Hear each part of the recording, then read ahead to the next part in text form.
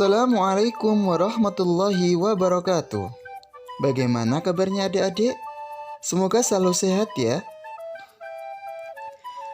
Sebelum kita melaksanakan pembelajaran kali ini, kami mau berterima kasih kepada kalian yang sudah subscribe channel ini.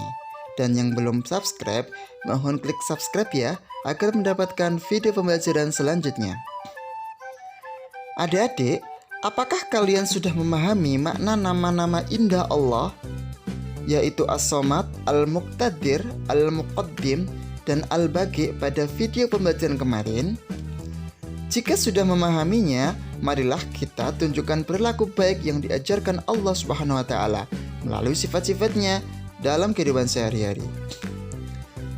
Mengubah perilaku menjadi lebih baik memang tidak mudah. Perlu kejujuran, usaha yang sungguh-sungguh, disiplin, dan penuh tanggung jawab. Sifat yang kita bahas yang pertama adalah sifat As-Somad. Adik-adik, mari mengulang bacaan dan makna As-Somad hingga hafal. Mengulang-ulang bacaan Asmaul Husna merupakan perbuatan yang mulia. Mengulang bacaan Asmaul Husna menjadi doa. Bukankah makna As-Somad adalah Allah Maha dibutuhkan? Lihat ayat kedua dalam surat Al-Ikhlas, yaitu Allahus Somad. Allah Subhanahu wa Ta'ala tempat meminta segala sesuatu. Jadi kita pun harus selalu mohon bantuannya hanya kepada Allah. Apa yang kita terapkan dari pengakuan dan atas sifat As-Somad? Sifat As-Somad antara lain sebagai berikut: menjadikan Allah Subhanahu wa Ta'ala sebagai tempat meminta yang utama dalam semua keinginan kita yang baik. Yang kedua, berusaha menjadi orang yang bermanfaat bagi orang lain dalam kehidupan sehari-hari. Dan yang ketiga, berusaha membantu teman di sekolah ataupun di rumah dengan tenaga, pikiran, dan tutur kata yang santun sesuai dengan kemampuan kita. Sifat yang kedua adalah Al-Muqtadir. Coba kita baca berulang-ulang lafaz dan makna Al-Muqtadir hingga hafal. Arti Al-Muqtadir adalah Allah Maha Kuasa atau Allah Maha Menentukan.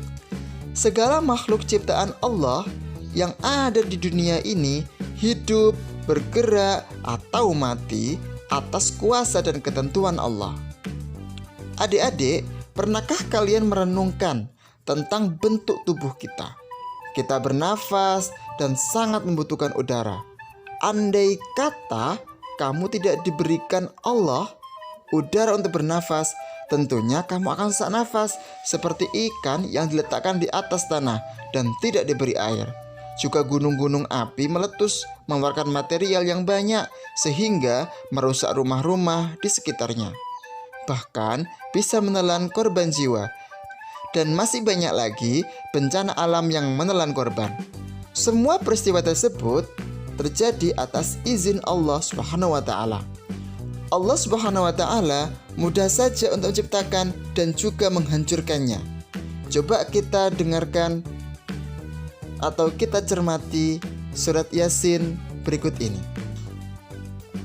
Innama amruhu idza arada syai'an ay yaqula lahu kun fayakun. Yang artinya, sesungguhnya urusan Allah apabila Dia menghendaki sesuatu, Dia hanya berkata kepadanya, jadilah, maka jadilah sesuatu. Ayat di atas mengisyaratkan bahwa Allah Subhanahu wa Ta'ala Maha Kuasa atas semua makhluk ciptaannya. Bagi Allah mudah saja untuk menciptakan atau menghancurkannya. Oleh sebab itu, marilah kita terapkan sifat Al-Muqtadir. Yang pertama adalah menjadikan Allah sebagai tempat berlindung. Kita jangan berlindung kepada apapun di dunia ini, karena apapun yang ada di dunia ini semuanya bersifat fana.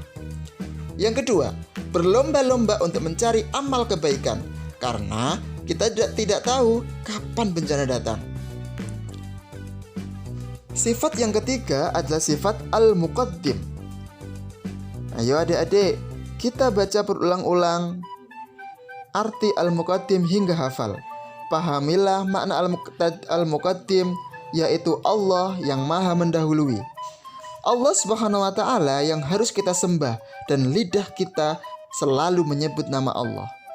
Adik-adik, marilah kita mengakui sifat al-muqaddim. Yang pertama, dalam berbuat kebaikan, hendaknya kita lebih dulu berbuat. Kita harus berlomba-lomba dalam hal kebaikan. Yang kedua, mengerjakan sesuatu yang bermanfaat untuk masa depan, dan jangan mengerjakan perbuatan yang sia-sia dan merugikan orang lain. Yang ketiga, jangan menunda-nunda pekerjaan, terutama belajar, karena orang yang mau belajar, dia akan menjadi pintar. Yang keempat, mendahulukan kepentingan umum daripada kepentingan diri sendiri. Sifat yang terakhir yaitu sifat al-baqi. Coba anak-anak, coba adik-adik, kita baca berulang-ulang makna dari al-baqi. Hingga apa? Hingga kita semua bisa hafal. Pahamilah makna al-baqi, yaitu Allah yang maha kekal. Allah Subhanahu wa ta'ala yang maha kekal menjadi tumpuan harapan kita. Pernahkah kalian membaca kisah dari Nabi Ibrahim alaihissalam yang mencari Tuhan untuk disembah? Nabi Ibrahim alaihissalam pernah menganggap bulan sangat kekal, dapat menyinari kegelapan malam. Namun ketika siang tiba, sinar bulan lenyap. Kemudian Nabi Ibrahim alaihissalam menganggap matahari sangat kekal dengan sinarnya yang sangat panas. Namun ketika malam tiba, sinarnya lenyap. Dia berpikir, berarti bulan dan matahari tak pantas untuk disembah. Demikianlah perjalanan Nabi Ibrahim alaihissalam menuju pengakuan kepada Allah Subhanahu wa ta'ala yang maha kekal. Setiap ciptaan Allah akan hancur atau tidak abadi, atau fana. Hanya Allah yang kekal abadi. Allah Subhanahu wa ta'ala yang maha kekal itulah yang harus kita sembah, dan lidah kita selalu bertasbih kepada Allah. Pernahkah kalian melihat rumah atau bangunan kantor atau pasar terbakar? Atau banjir datang menenggelamkan rumah sehingga banyak harta benda yang hanyut atau terendam banjir? Berarti segala harta benda, kemewahan di atas dunia ini tidak kekal, karena hidup kekal hanya di akhirat. Berikut contoh ketidakkekalan manusia. Yang pertama, ketahuilah bahwa masa kanak-kanak tidak kekal. Suatu saat kita pasti menjadi tua, renta, dan mati. Yang kedua, waktu yang ada akan cepat berlalu, dan peredaran bulan dan matahari akan terus berputar sehingga usia kita semakin lama semakin tua. Oke adik-adik, setelah kalian belajar video pembelajaran kali ini, kita mempunyai rangkuman sebagai berikut. Silakan dicatat agar kalian bisa ingat, sewaktu-waktu bisa dipelajari. Kemudian silakan mengerjakan tugas yang ada di